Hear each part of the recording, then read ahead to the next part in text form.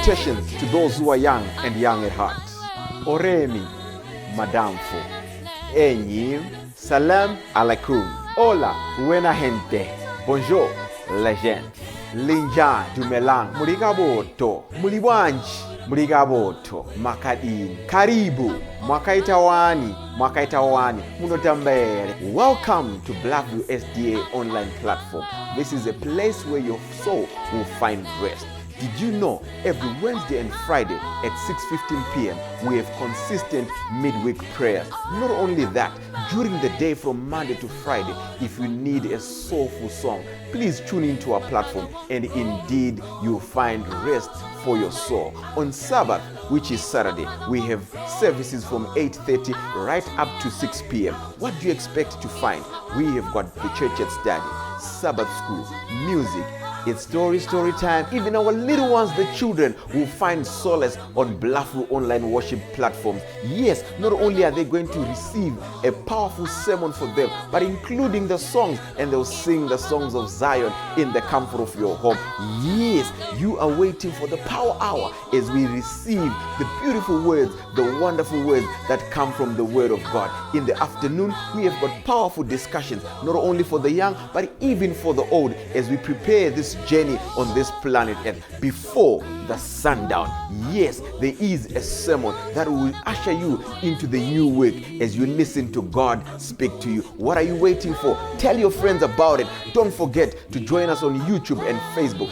Like our page and subscribe to our YouTube channel. God bless you as we meet on Blackview online worship platform. Nobody can stop me. Nobody. Don't you wanna go?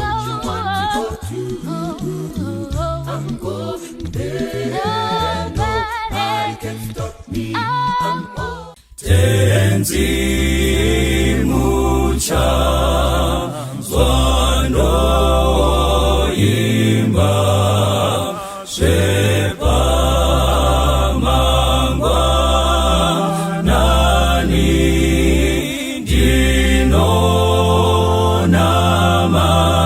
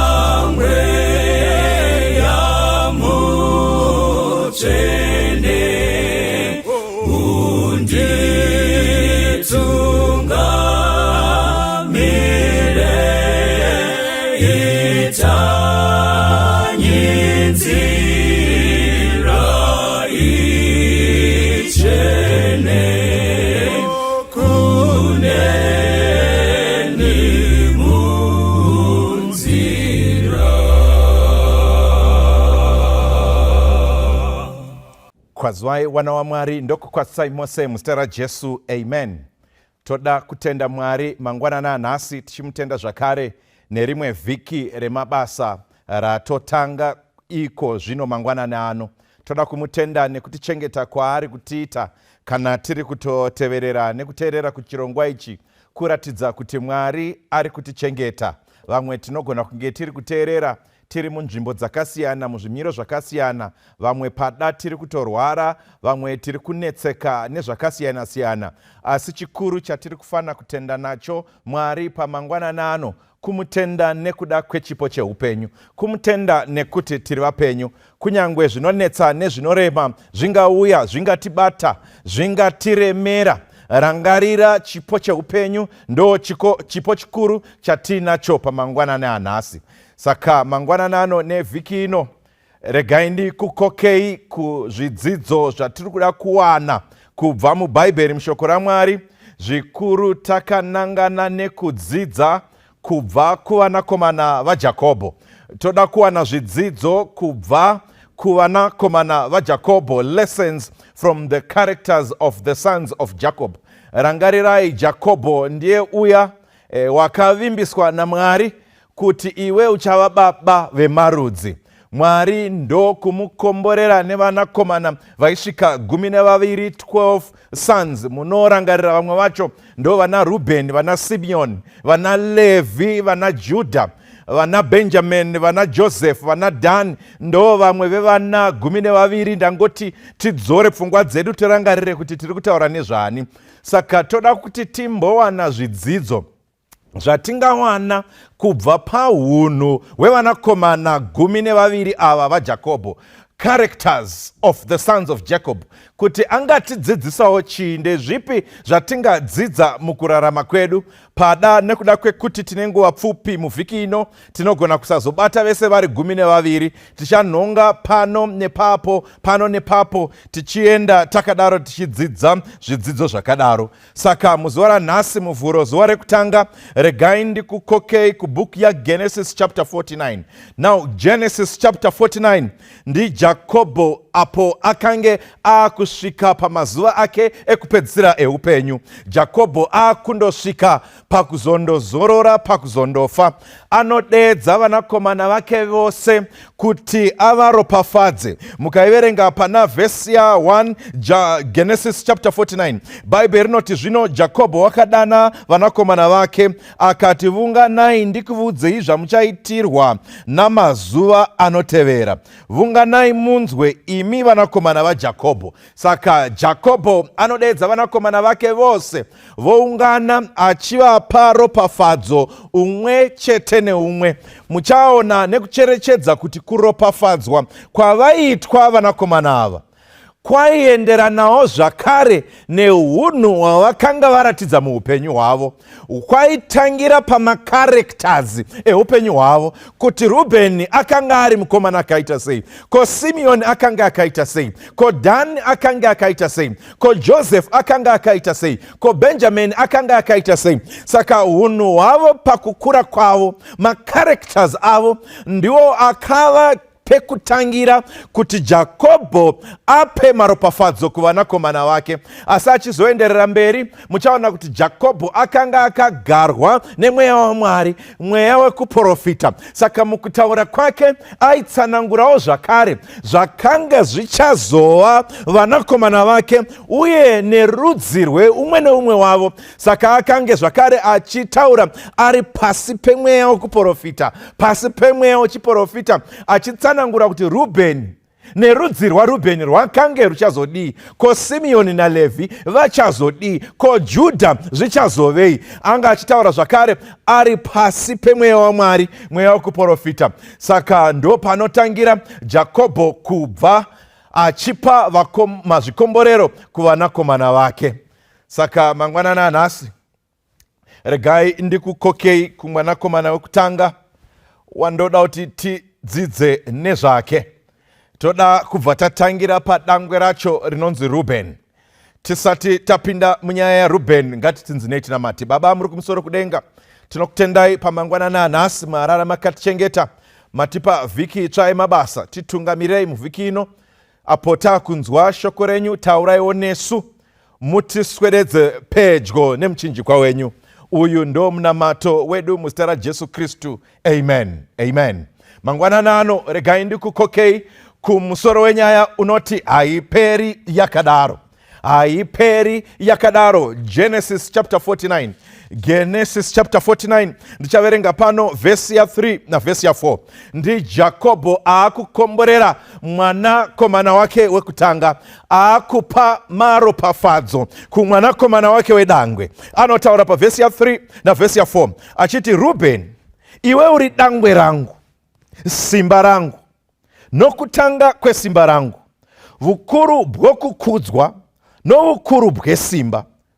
Unotutuma semvura, haungavi neukuru, nokuti wakakwira kuvuvato bwababa vako, ukavusvibisa, wakakwira kumubhedha wangu. Now inzwai zvoitika kuna Rubeni. Rubeni ndiye mwana wedangwe. Rubeni ndiye mwana akange mukatarisa patsika yekare, tsika yechiJudha, ndiye akanga ari mwanakomana aifana kupiwa zvikomborero zveudangwe, ndiye akanga ane zvikomborero zveutungamiri, ndiye aifana kuzotungamira vakomana vese, ndiye aifana kuva mukuru pavose, ndiye aifana kuva wedangwe, aipiwa maropafadzo edangwe. Mukacherechedza dangwe raipiwa kunyangwe paigovewa nhaka, ndiye aipiwa zvizhinji kupfuura vanakomana vese. Saka maropafadzo mazhinji aingadiwa nevose, akanga akachengeterwa vakanga vari vanakomana vedangwe. Asi pano bhaibheri rotaura Jakobho achifanira kupa makomborero kuna Rubeni. Anotaura achiti, iwewe Rubeni, iwewe Rubeni, iwewe Rubeni, vukuru bwokukudzwa noukuru bwesimba rangu. Chiteerera unzwe, unotutuma semvura, haungavi neukuru. Ukuru hwaifana kunge huina Rubeni semwanakomana wedangwe, wakunzi iwe haungavi nawo. Iwewe nekuda kwekuti unotutuma semvura, haungavi neukuru unofana kuwanikwa nedangwe. Sei pano Rubeni akunzi anotutuma semvura? Zvazichirehwa pano ndezvekuti Rubeni akanga ane karekta yemvura inotutuma, inenge ichibhoila, ichikwata, inoenda nekuwira kwese kwese. Haana kugadzikana mumwoyo make, haana kugadzikana pauno hwake. Kana zvichitsanangurwa, Reuben was a man of emotional instability. Akanga asina kugadzikana pauno hwake. Asi nyaya inonyanya kundityisa panapa ndo inotaurwa nababa vake, zvikanzi wakakwira kuvuvato bwababa vako, ukavusvibisa, wakakwira kumubhedha wangu. Nai Rubeni, chii chawakaita apa? Chii chawakaita apa? Ko nai Jakobho, muri kuti chiine mwanakomana wenyu? Saka ndakatsvaga kuti nyaya yaitaurwa nababa iyi iri kubva papi. Ndokuitsvagurudza kubva mubhaibheri mushoko raMwari, ndokubva ndasvika pana Genesis chapter 35. Genesis chapter 35 vhesi ya 22.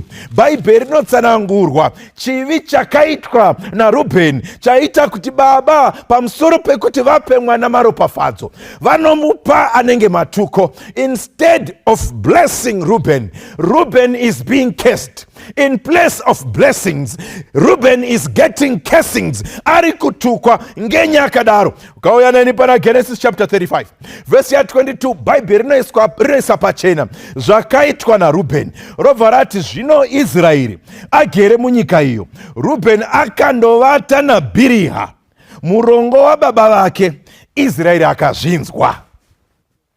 Nai Rubeni, chii chowoita pano zvino? Nai Rubeni, chii chowoita pano? Zvikanzi Rubeni akandovata naBhiriha murongo wababa vake. Rangarirai, Jakobho akanga aine madzimai akawanda. Umwe wemadzimai wavakanga ainaye Jakobho ndiye anonzi Bhiriha.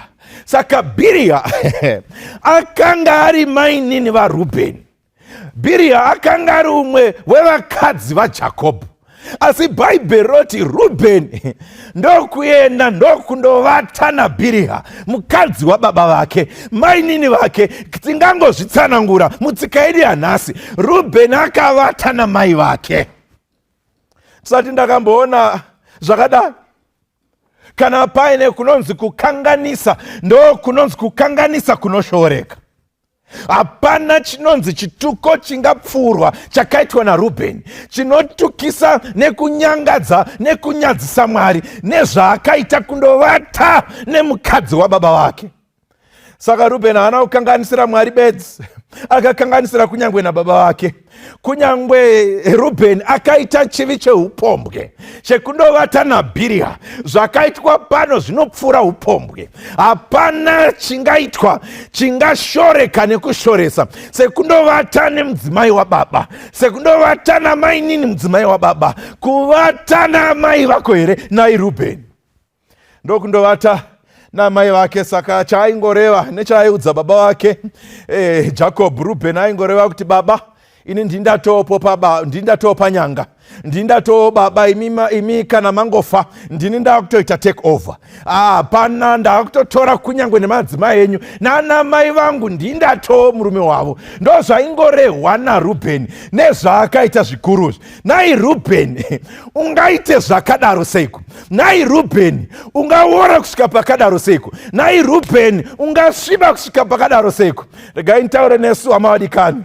Pane vanhu mazuva ano vanoita zviwi zvisingataurike. Pane vanhu vanoita zviwi zvisingataurike. Vanhu vakaita zvinhu zvinorova zvisingatotaurike. Pane vanhu zvinonyadzisa zvakadaro, nyaya yacho haitaurike. Rega nditaure Reuben, hauna kufanana naReuben, hauna kusiyana naReuben anovata nemudzimai wababa wake, anovata namai vake. Zviri kuitwa mumabasa umu hazvitaurike, zviri kuitwa mumakereke, mumachechi umu hazvitaurike, vanhu mumastriti nemumana umu hazvitaurike. Chenjera kufamba nematsiko aReuben, chenjera kufamba nematsiko aReuben. Saka zvaitwa zvinoitika. Ndakatsvaga kuti baba vake Jakobho vakaita sei. Ndikatsvaga mubhaibheri ndikaona kuti Jakobho hapana chaakaita. Ndikaona kuti Jakobho hapana zvaakataura. Ndikaona kuti Jakobho akaramba akanyarara, akatarisana nechivi chakazivikanwa neIsraeri yose. Nekuti Genesis 35:22 yatisira pachena kuti Israeri yose yakanzwa kuti Reuben aitika chisionekwi kuvata namai vake. Asi chaakaitirwa hapana chakaitirwa Reuben nekuda kwechivi chakangaita. There were no consequences to the sin that Reuben had committed. Saka ndakaita mubvunzo kuti naye Jacob, unganyarara pamberi pechivi chakadai here? Ungasiya mwana achiita zvakadai here? Wozongomirira musi wekupedzisira here? Regai ndingotaura nevabereki vakanditeerera.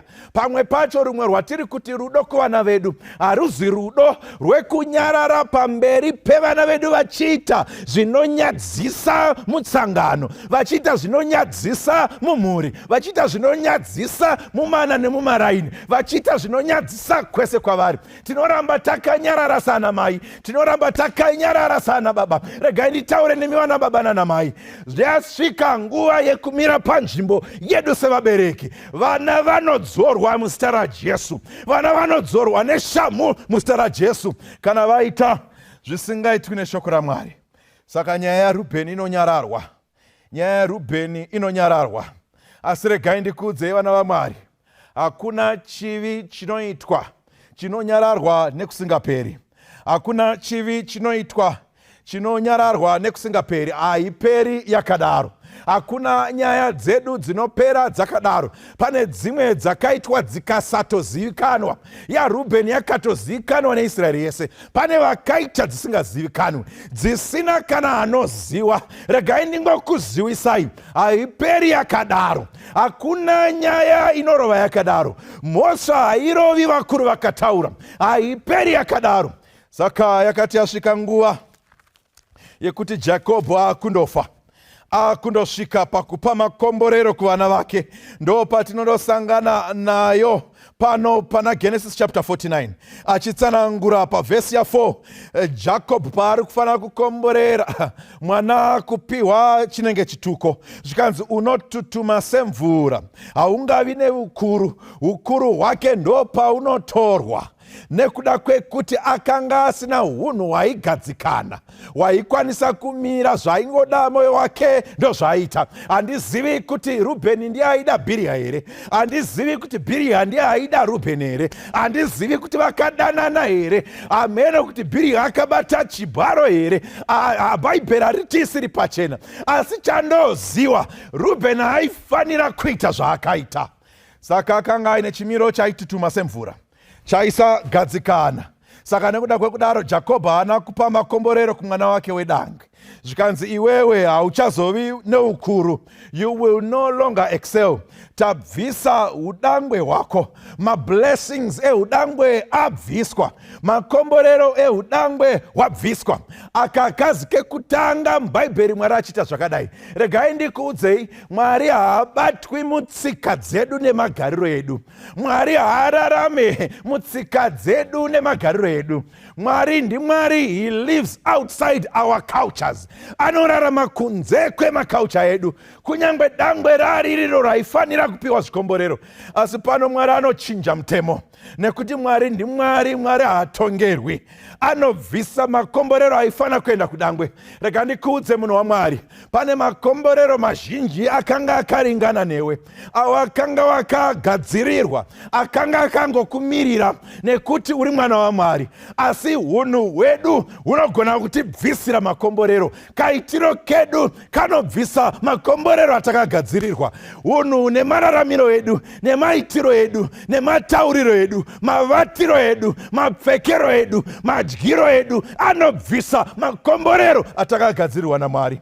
Saka zvikomborero zvinofanira kupiwa mwana wedangwe zvinobviswa. Akazi kekutanga, rangarirai Isaac, chaiye anopiwa makomborero asi dange rakanga riri Ishmael. Rangarirai Jacob, iye baba vacho, vanopiwa makomborero asi dangwe rakanga riri Esau. Zvino Reuben akubvisirwa makomborero pano nekuda kwekararamiro kake, kakanga kasina kufadza baba, kasina kufadza Mwari. Saka mukaitsvaga nhoroondo yacho muchaona kuti kudzinza rese raReuben, the whole tribe of Reuben, hakuna kana muprofita umwe chete akabuda kudzinza raReuben. There was no prophet from the tribe of Reuben. Mukaidzidza zvakare muchaona kuti pavatongi vese vakatonga Israel, all the judges, there was no judge from the tribe of Reuben.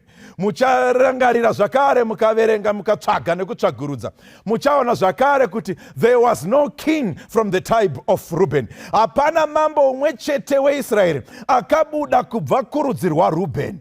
Zvose zvichikonzerwa nekuti Reuben had an unstable character. Akanga asina kugadzikana paunhu hwake. Unhu hwake hwakanga husina kumira panzvimbo. Waingoti kwaenda mhepo ndo kunoendwa, kwaenda mvura ndo kunoendwa.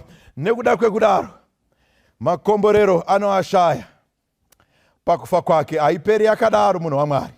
Rega ndingokuudza zvawakaita zvinogona kusazivikanwa kunyange nevabereki vako, asi rega ndingokuudza haipere yakadaro mwanasikana.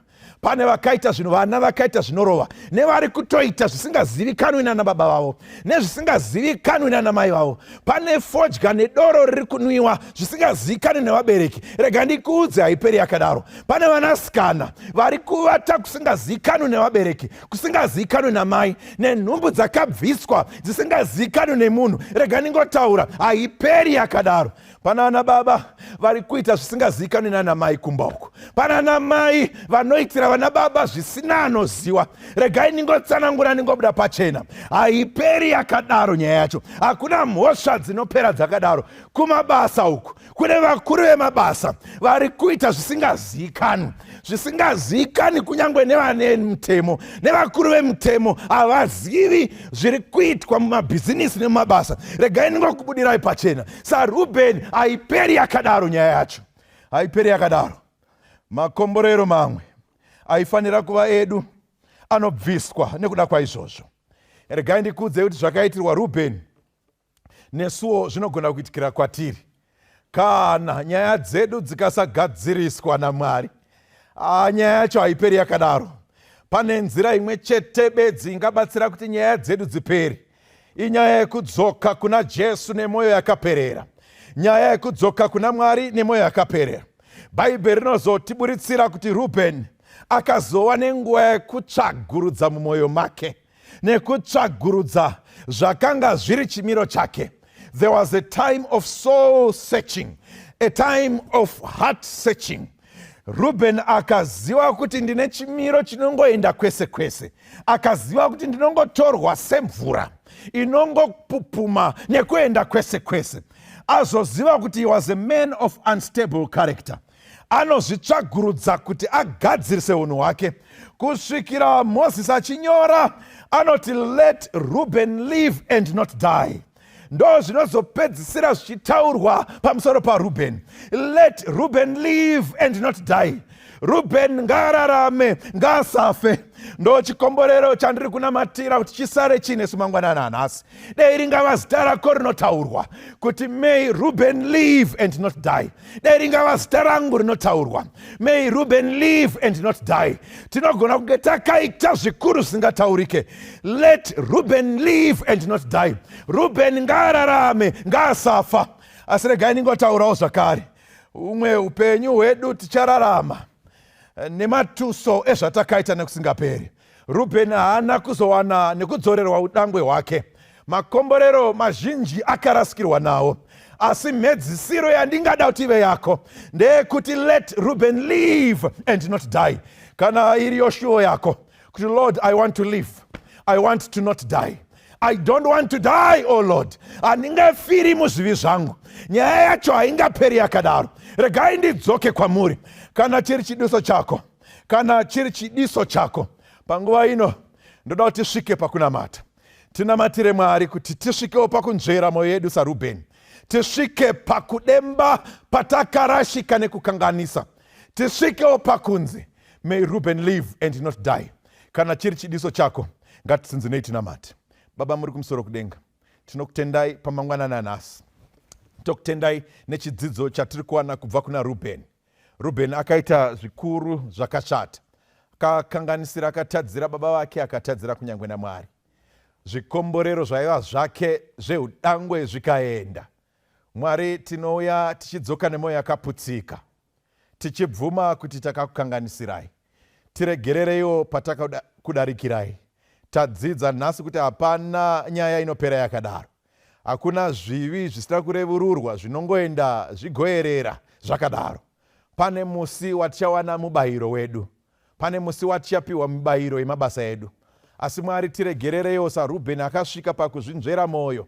Nesuwo Mwari tiri kunzvera mwoyo yedu. Tinobvuma kudarika kwedu. Tiregerereiwo Mwari. Tochikumbira chikomborero chekupedzisira. May Reuben live and not die. Tingapotswa nezvikomborero zveudangwe.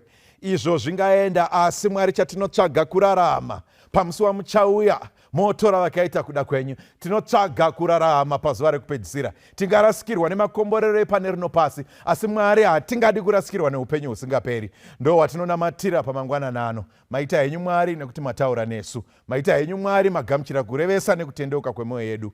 Uyu ndo munamato wedu muzita raJesu Kristu. Amen. Amen.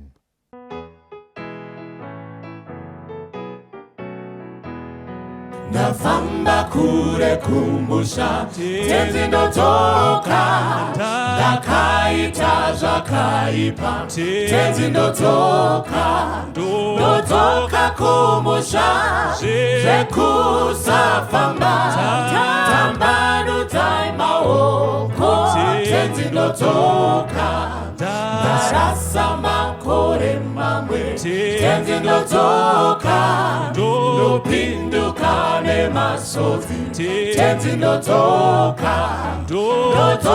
kumusha zvekusafamba, tambanudzai maoko tenzi ndotoka, tenzi ndaneta kutadza tenzi ndotoka, rudo rwenyu ndosimbira tenzi ndotoka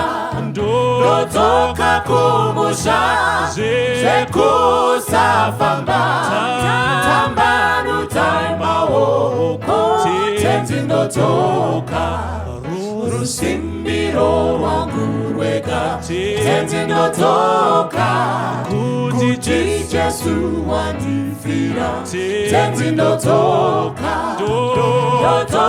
kumusha zvekusafamba, tambanudzai maoko tenzi ndotoka, ndashaya ropa renyenye tenzi ndotoka, mundisambidze ndichene tenzi ndotoka, Ndotoka kumusha Jekusafamba Tambano taimawo Kuteti ndotoka Ndotoka kumusha Jekusafamba Tambano taimawo Kuteti ndotoka Ndotoka kumusha Jekusafamba Tambano taimawo Kuteti ndotoka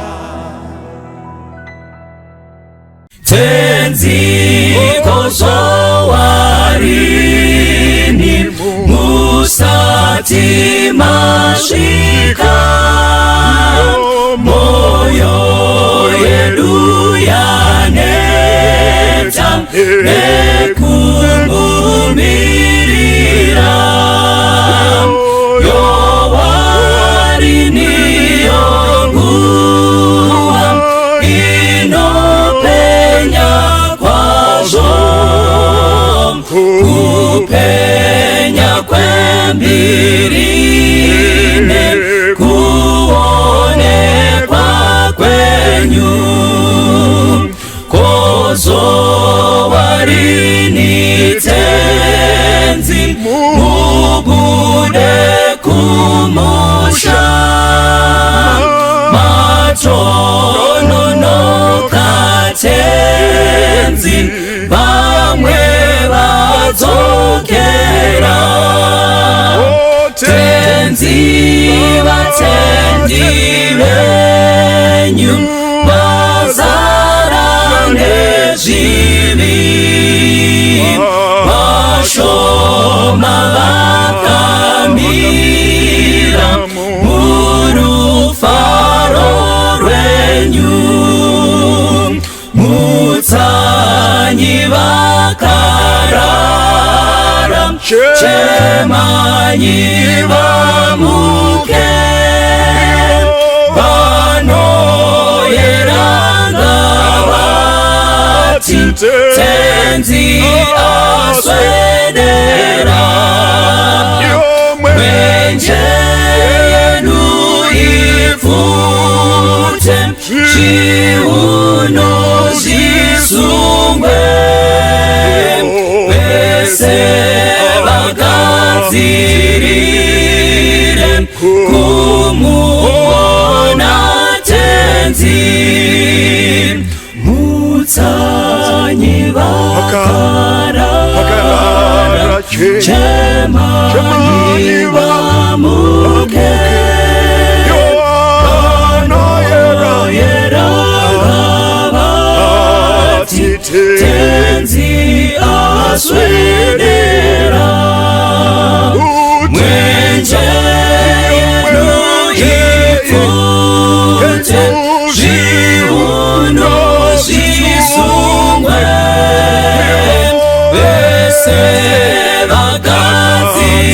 bagazirire Kumuona tenzi Bese bagazirire